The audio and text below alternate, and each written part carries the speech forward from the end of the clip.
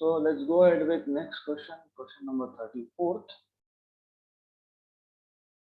P, Q, and R are three coplanar forces acting at a point and are in equilibrium.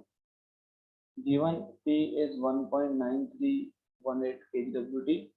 आपको याद होगा kgWt kilogram weight, ये हमने SI system of units में SI system, CGS system, MKS system इसमें हमने देखा था. I mean, when we learned CGS, SI and MKS, तब हमने kgWt भी हमने डिफाइन किया था. Sin theta 1 is 0.9659. The value of R is.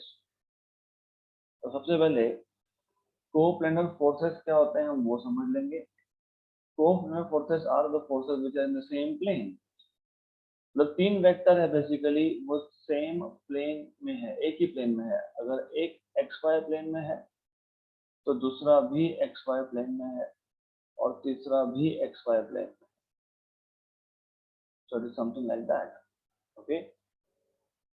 And they are in equilibrium. So they are acting at a point and they are in equilibrium. मतलब वो एक ही point से स्टार्ट हो रहे हैं या तो एक ही पॉइंट पे एक्ट हो रहे हैं. Doesn't matter, it's the same thing. Okay. तो इक्विलिब्रियम में फोर्सेस कब होते हैं आपको पता होना चाहिए. इक्विलिब्रियम में फोर्सेस मतलब total force is zero, resultant force is zero when the forces are in equilibrium. जब ऐसा बोला होगा फोर्सेस या वेक्टर्स आर इन इक्विलिब्रियम मतलब रिजल्टेंट इज जीरो. राइट. तो अब ये है P वेक्टर, अब ये है Q vector and this is R vector. Okay.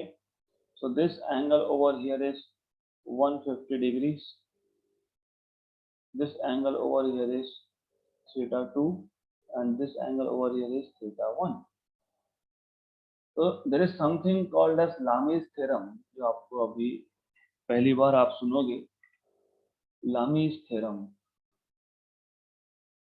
तो according to Lami's theorem, अगर हमारे पास तीन कोप्लेनर कॉन्करेंट वेक्टर्स है, कोप्लेनर मतलब in the same plane, concurrent मतलब acting at the same point, है ना, सेम पॉइंट से स्टार्ट हो रहे हैं ये वेक्टर्स. तो अगर आपके पास कोप्लेनर एंड कॉन्करेंट वेक्टर्स है तो in that case P upon, अभी जो P वेक्टर है इसका अपोजिट साइड क्या है वो देखो, थीटा 1. तो P upon sine theta 1 equal to Q upon sine theta 2, Q upon sine theta 2 equal to R upon sine of 150. Okay. तो vector upon sine of opposite angle equal to vector upon sine of opposite angle equal to vector upon side of sine of opposite angle. तो this is Lami's theorem. तो condition क्या है Lami's theorem के लिए? Vector should be coplanar, एक ही plane में होना चाहिए. कंडीशन नंबर 2 क्या है कि ये जो वेक्टर्स है दे शुड बी कॉन्करेंट, मतलब एक ही पॉइंट से स्टार्ट होना चाहिए या तो एक ही पॉइंट पे एक्ट होना चाहिए, एंड होना चाहिए. Right. These are the two conditions of Lami's theorem, and according to Lami's theorem, a vector upon sine of angle opposite to vector, so P upon sine theta 1 equal to Q upon sine theta 2 equal to R upon sine theta sine of 150. मतलब in this case आपको पूछा है what is the value of R, तो हम value of R कैसे find करेंगे? हमको P की वैल्यू दी है, हमको sin theta 1 की वैल्यू दी है और R upon sine of 150 है. तो what I will do is, therefore you can write down P by sin theta 1 equal to R by sine of 150. ऐसा कर सकते हो आप. Okay. Therefore R is equal to sine of 150 into P by sin theta 1. Okay. So let's make some space.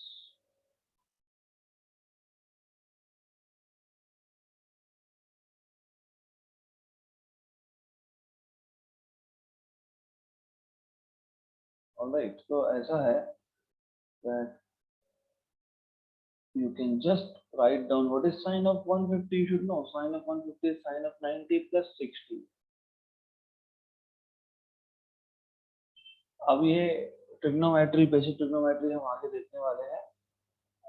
P की value आपको पता है 1.9318 upon sine theta की वैल्यू आपको दी है 0.9659। Okay, sine of 90 plus theta ये होता है कॉस थीटा। तो जब भी आपके पास साइन ऑफ 90 प्लस थीटा हो इसको आप हमेशा लिखोगे कॉस ऑफ थीटा। तो this is equal to cos of 60। Okay, और ये है 1 जा, ये है 2 जा, राइट, क्योंकि 0.9659 इंटू 2 इज 1.9318, तो ये आ गया ऐसा, तो वो बच गया 2। cos of 60 is 1/2 और ये है 2, तो दिस इज टोटल 1, राइट। तो this is how you are suppose to solve, आपको ऐसा एक क्वेश्चन सॉल्व करना है। तो question is simple, extremely simple. तो लामीज थ्योरम क्या है, you should know. Next question, if a vector p bar makes angle alpha, beta and gamma respectively with x, y, z axis respectively, then sin square alpha plus sin square beta plus sin square gamma is, if you remember हम लोगों ने direction cosines define किया था। ये x axis है, ये y axis है और ये z एक्सिस है। Okay, this is x, y and z axis, x, y and z axis, alright. तो नाउ ये एक वेक्टर है आपके पास, this vector is p bar, as you know it makes an angle of alpha with x axis, angle of beta with respect to y axis, and with respect to z axis it makes an angle of gamma, ऐसा है, right. Now you have, हमको पता है, अगर आपको याद होगा मैंने आपको बताया था कि cos square alpha plus cos square beta plus cos square gamma equal to 1 ऐसा आता है। जिनको याद नहीं है नो प्रॉब्लम, मैं आपको रिपीट कर देता हूँ। आपको डायरेक्शन कोसाइंस पता होने चाहिए। cos alpha direction cosine, cos of alpha ये आता है x component of p upon p, cos of beta ये आता है y component of p upon p, और cos ऑफ गामा ये आता है आपके पास z component of p upon p, right, correct. So therefore you should know that cos square alpha plus cos square beta plus cos square gamma is equal to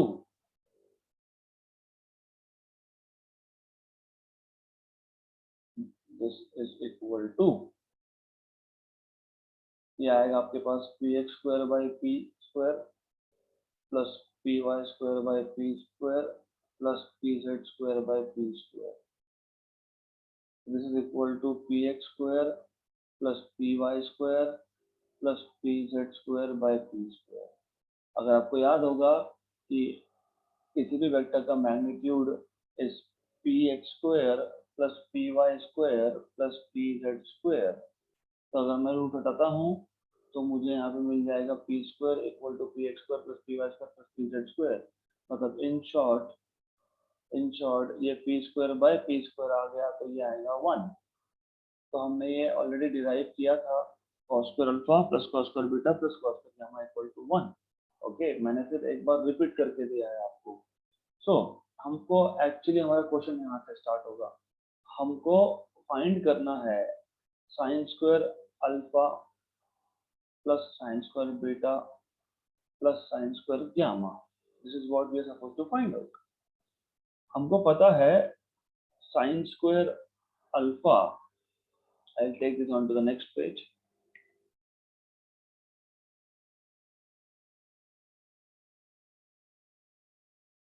Okay, so this is equal to sin square alpha. आपको याद होगा sin square alpha plus cos square alpha equal to 1. तो sin square alpha is 1 minus cos square alpha. तो ये आएगा आपके पास 1 minus cos square alpha plus 1 minus cos square beta plus 1 minus cos square gamma. This is what you will have. So this is equal to 1. अभी मैं जब bracket open कर दूंगा तो मुझे मिलेगा 1 + 1 + 1, क्योंकि यहाँ पे 1 है, ये 1 है, ये भी 1 है, 1 + 1 + 1. Okay, minus cos square alpha minus cos square beta minus cos square gamma. Okay, cos square gamma. तो ये आ जाएगा 3 माइनस साइन कॉमन निकाल लो, cos square alpha plus cos square beta plus cos square gamma.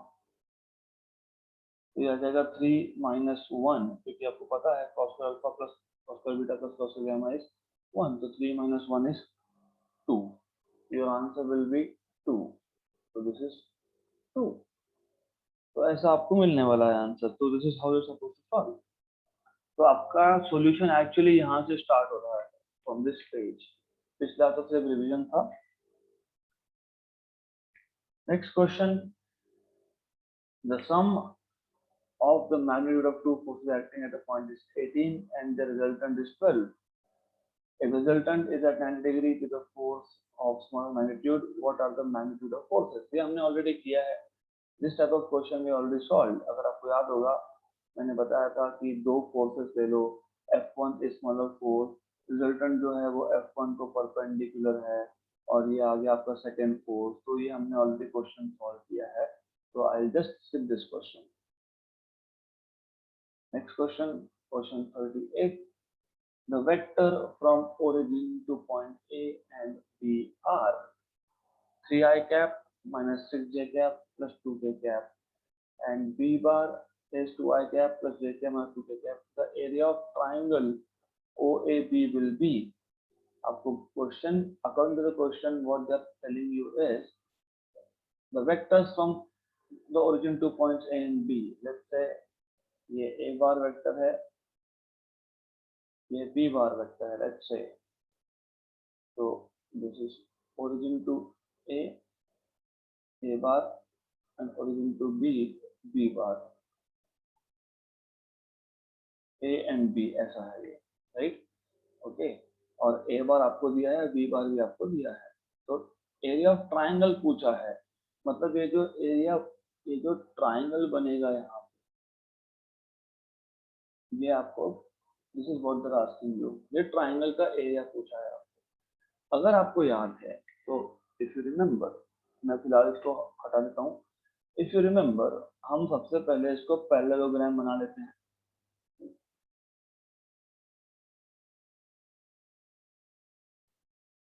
Let's make a parallelogram like this. Okay, ये बन गया parallelogram. अगर आपको याद है, क्रॉस प्रोडक्ट का हमने एक प्रॉपर्टी देखा था.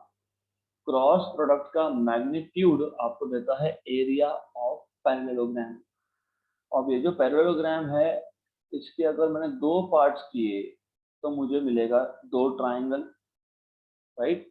तो what we will do is, हम ऐसा कर लेंगे, हम एरिया ऑफ पैरेललोग्राम निकाल लेंगे, उसको डिवाइड बाय 2 कर देंगे, तो हमको मिल जाएगा एरिया ऑफ ट्राइंगल. तो हम we can say that we know that magnitude of A bar cross B bar gives area of parallelogram.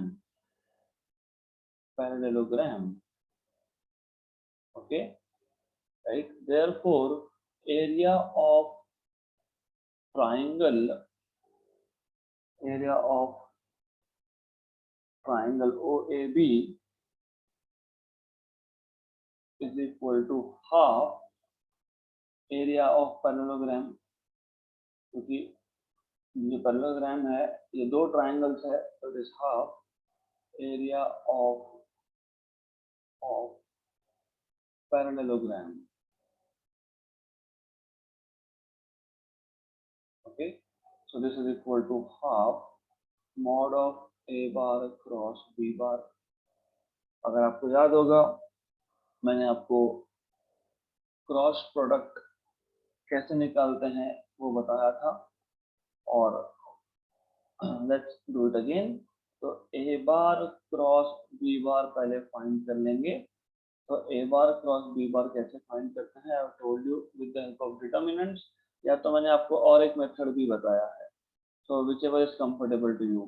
तो I cap, J cap, K cap, A का x component, y component and z component, b का x component, y component and z component.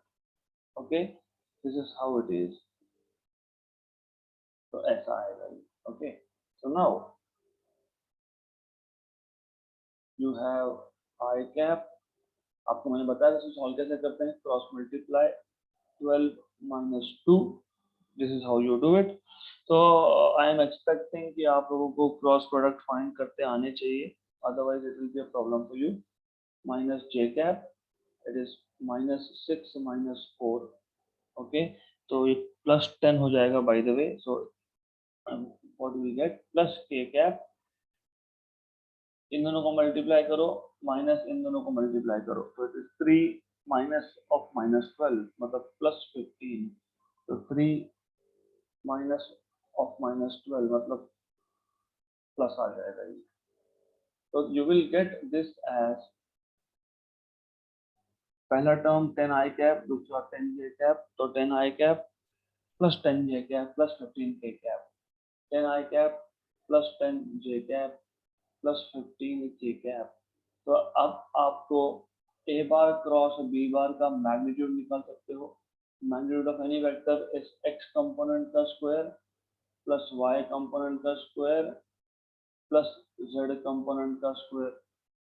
तो under root of 100 plus 100 plus 15 square आपको पता होना चाहिए, it is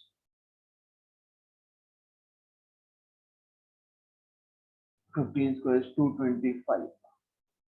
Okay, so this is 425 under root of 425.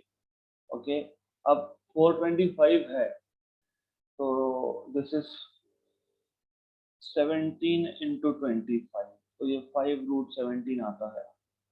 Okay, this is 5 root 17. Therefore area of triangle, जो भी triangle था OAB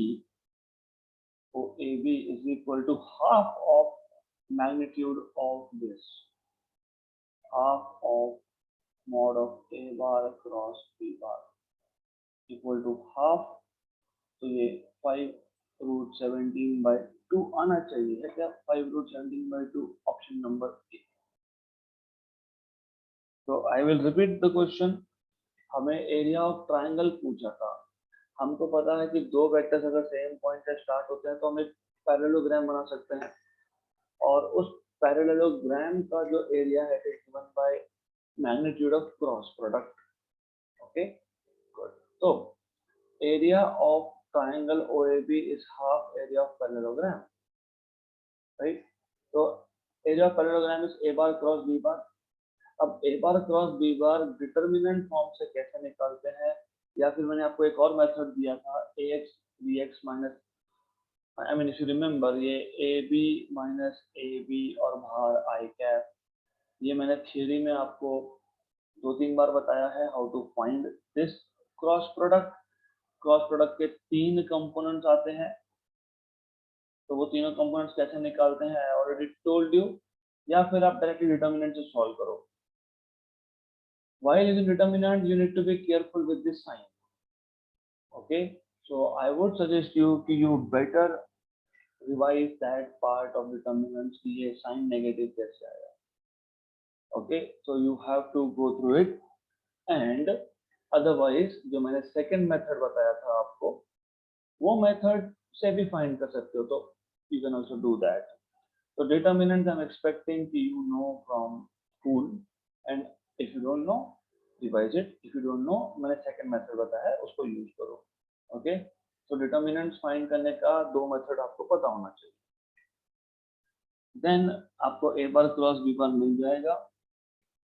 A bar cross B bar का magnitude कैसे निकालते हो, क्योंकि A bar cross B bar is a vector, इसका magnitude कैसे निकालते हो आपको पता होना चाहिए. x कंपोनेंट का स्क्वायर प्लस y कंपोनेंट का स्क्वायर प्लस z कंपोनेंट का स्क्वायर, इसका square root. So this is 5 root 17. So area of triangle is half of magnitude of a bar cross b bar, so 5 root 17 by 2. This is what you will get. Next question. The angles which a vector I cap plus j cap plus root 2 k cap makes with x, y and z axis are. So this is exactly again this question. तो angles आपको पूछे हैं, तो मतलब basically you should know what are direction cosines. Okay, तो they are asking you something like this. आपको वो पूछ रहे हैं कि what are the angles that the vector, sorry I pasted it on the wrong page, no problem, it is over here. ठीक है, तो आपके पास एक वेक्टर दिया है. कौन सा वेक्टर है? I cap plus j cap plus root two k cap. अब इस वेक्टर को मैं पी बार मान लेता हूं, तो I call this vector as p bar. तो आपको पी बार दिया हुआ है i cap plus j cap plus root two k cap. ये p bar vector x y और जेड एक्सिस से कितना एंगल बना रहा है, आपको ये पूछा है. आपको ऑलरेडी पता है डायरेक्शन कोसाइंस. तो cos of alpha मतलब alpha is the angle made with respect to x axis, that is x component upon magnitude of p. x component is 1 है ना, i कैप के साथ कुछ नहीं मतलब 1 है. और magnitude of p कैसे निकालते हो? How do you find out magnitude of any vector? That is under root of x component square plus y component square plus z component square. Okay, so this is what you have. So this is equal to under root of x component square is 1 square plus 1 square plus root 2 का square. Okay, this is what you will have. This is equal to root of 4. Root of 4 is 2, so 1 by 2. क्योंकि नीचे p था है ना, px by p, so 1 by 2. So alpha is cos inverse of half, and you know cos की value half कब आती है? 60 degree पे आती है.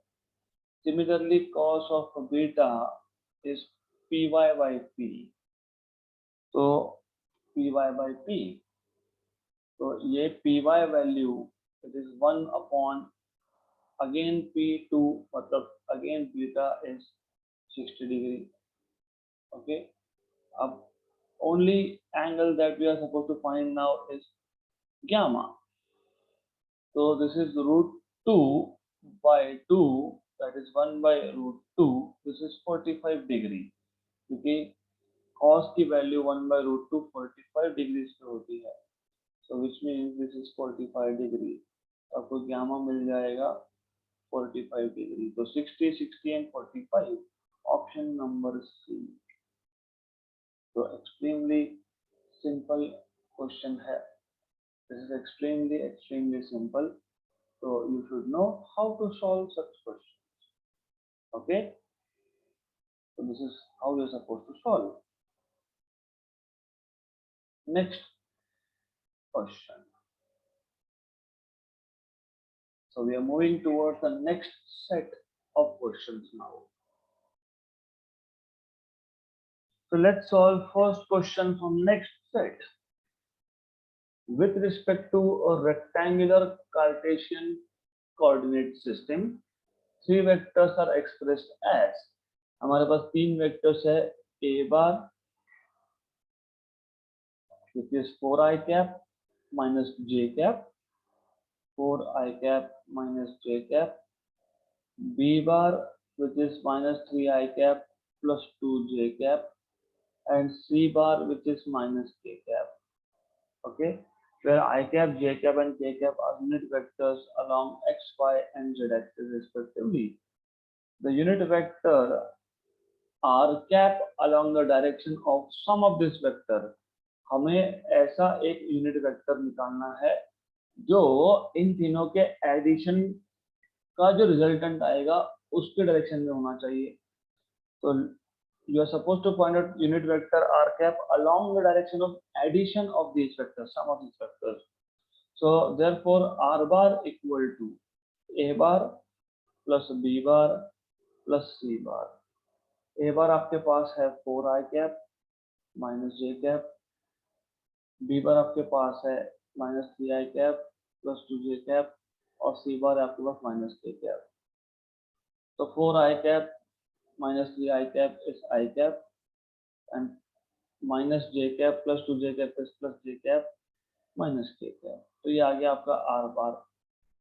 तो unit vector in the direction of r bar,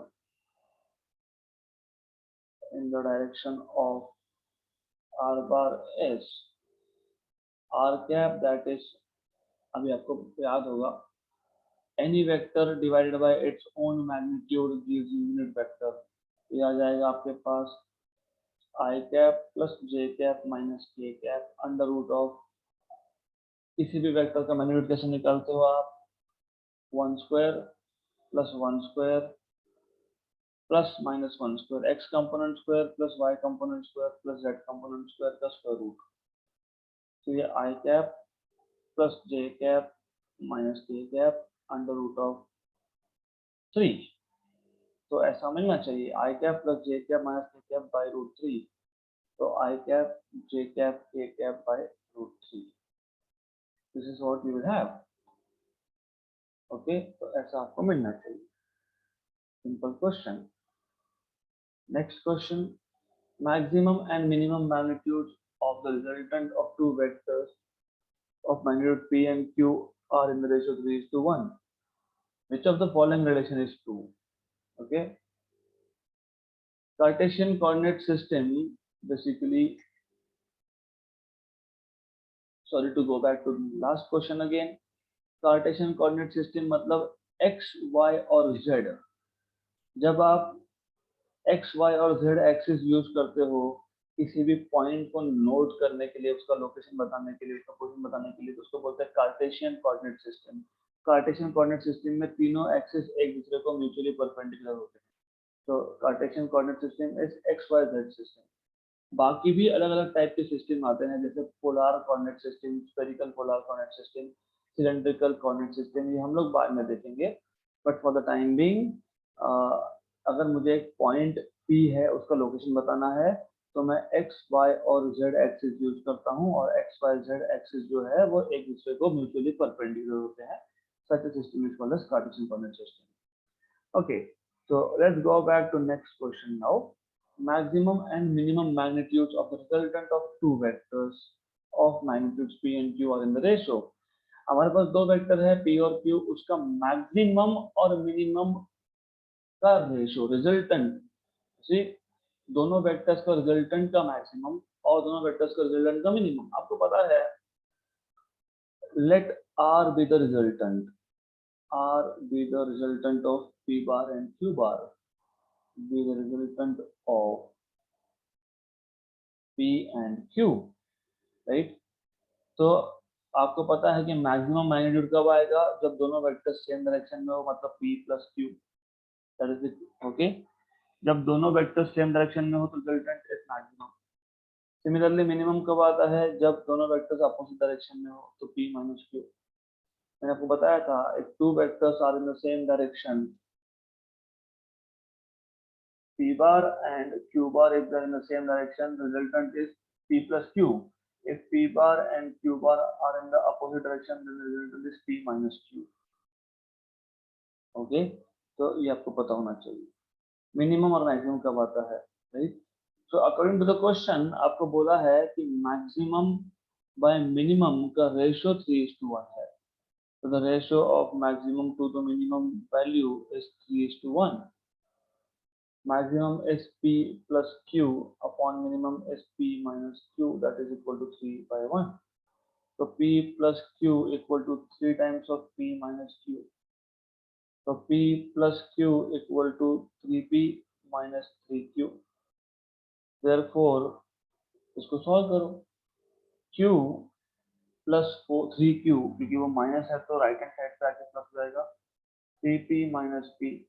Therefore 4q equal to 2p.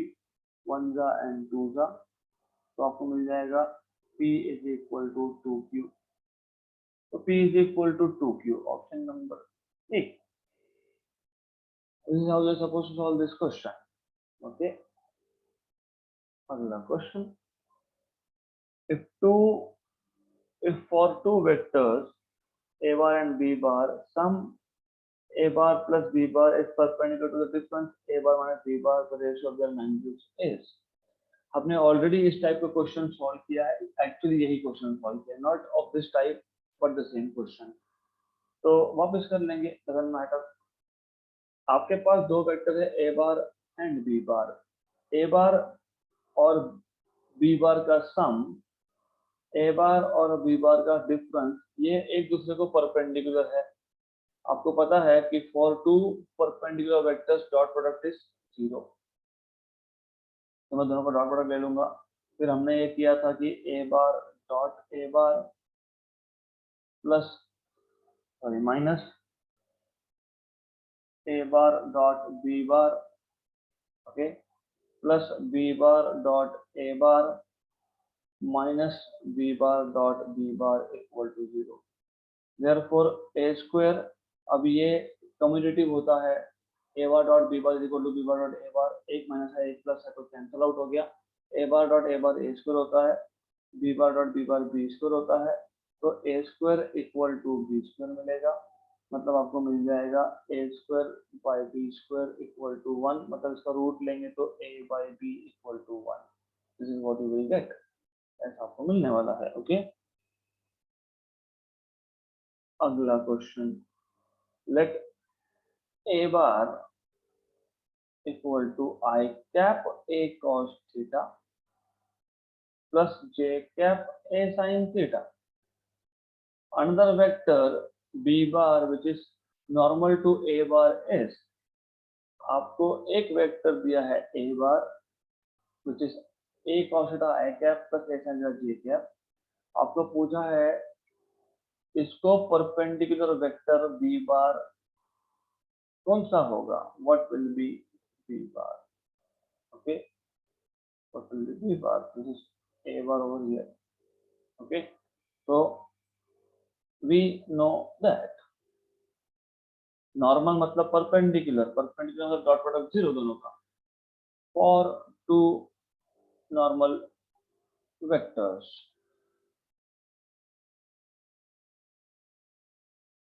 A bar and B bar, A bar dot B bar is equal to 0. Okay, right. By the way, इसको solve करने के लिए there are two methods, so I will tell you one of this. okay, so this is what you should know. anyways, तो ऐसा करो, अब देखो कि इन सब में से कौन सा वेक्टर ऐसा है जिसका डॉट प्रोडक्ट 0 आएगा ए बार के साथ. तो इफ आई टेक, मैंने बताया भी था आपको, आई टोल्ड यू, मैंने आपको बताया था यहाँ पे अगर a cos थीटा प्लस है आई कैप के साथ, तो दूसरे वेक्टर में a cos थीटा मतलब b cos थीटा माइनस होना चाहिए j कैप के साथ. तो जिनको नहीं समझा मैं बता देता हूँ. जब दो वेक्टर्स का डॉट प्रोडक्ट 0 होता है, मतलब दोनों परपेंडिकुलर होते हैं, तब पहले वेक्टर का x कंपोनेंट ये दूसरे वेक्टर का y कंपोनेंट होता है विद नेगेटिव साइन. यहाँ पे cos थीटा है x कंपोनेंट में, तो जो दूसरा वेक्टर है उसमें cos थीटा y कंपोनेंट में होना चाहिए विद नेगेटिव साइन. ऐसा ऑप्शन नंबर सी में दिख रहा है हमको, राइट. तो यू चेक. ओके, ऐसा करेंगे, let B bar equal to, फिर चेक करने के लिए, I cap B sine theta minus J cap B cos theta, ऐसा आएगा. This is what you will have. So therefore आप इसका डॉट प्रोडक्ट लेके देखो. therefore a bar dot b bar is equal to, what is a bar? A bar is this, इसका dot product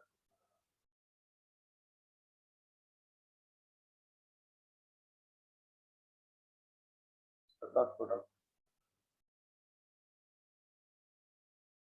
इसके साथ B bar के साथ dot product, सो B bar के साथ dot product. Okay, now you already know कि dot product कैसे लेते हैं, तो मैं इतना कुछ लिखूंगा नहीं। You already know that it is ax bx plus ay by। okay, ax is a cos theta, bx is b sin theta, plus ay is a sin theta and by is minus b cos theta। तो ये आपको मिल जाएगा ab sin theta cos theta minus ab sin theta cos theta, this is equal to 0। तो ये आपके पास 0 आ जाएगा। Okay, तो दिस इज इक्वल टू 0। तो आ गया 0, राइट। तो हाउ डू यू आइडेंटिफाई, मैंने जब दो वेक्टर्स परपेंडिकुलर हो, पहले वेक्टर का x कंपोनेंट ये दूसरे वेक्टर का y कंपोनेंट, मतलब पहले वेक्टर में cos थीटा कहाँ पे है, i कैप के साथ, तो दूसरे वेक्टर में cos थीटा कहाँ जाएगा, j कैप के साथ, लेकिन विद नेगेटिव साइन। तो this is what you need to remember.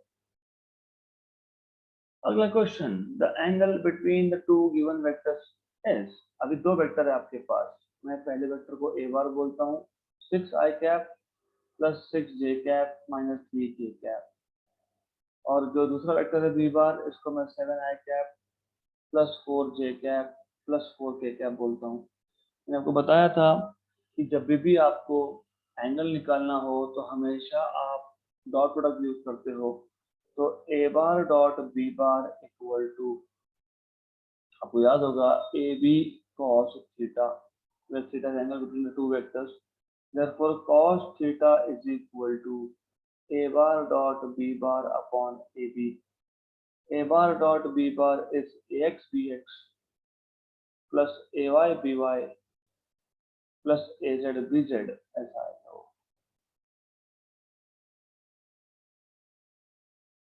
plus az bz upon under root of ax square plus ay square plus az square। ये आएगा आपके पास bx square plus by square plus bz square। Okay, this is how you are supposed to solve।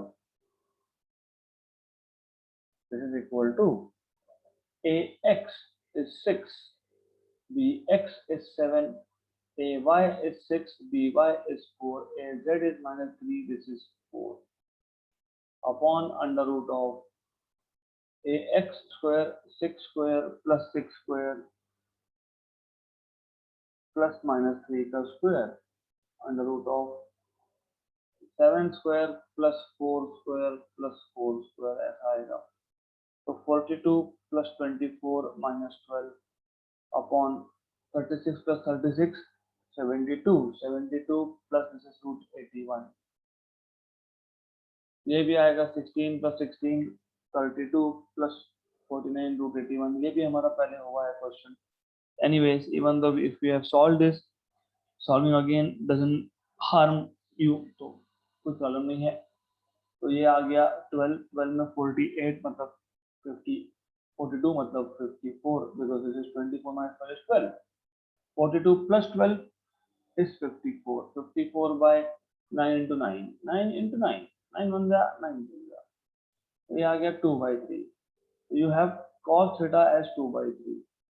अब आपके पास cos theta is 2/3, theta is cos inverse of 2/3, ऐसा तो कुछ है नहीं, तो आप बोल सकते हो but sin square theta plus cos square theta equal to 1, therefore sin square theta is 1 minus cos square theta, 1 minus cos square theta, ये 2/3 आया कि let me check क्या आया, ये cos theta 2/3, इसका स्क्वायर is 4/9, तो ये आ जाएगा 9 minus 4 मतलब 5/9।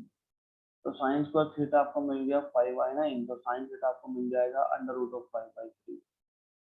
तो थीटा आपको मिल जाएगा साइन इनवर्स ऑफ रूट 5/3। तो ऐसा आंसर होगा। Option number D, and we have already solve this earlier also. तो आई वाज एक्सपेक्टिंग कि आपको कम से कम इतना पता होगा.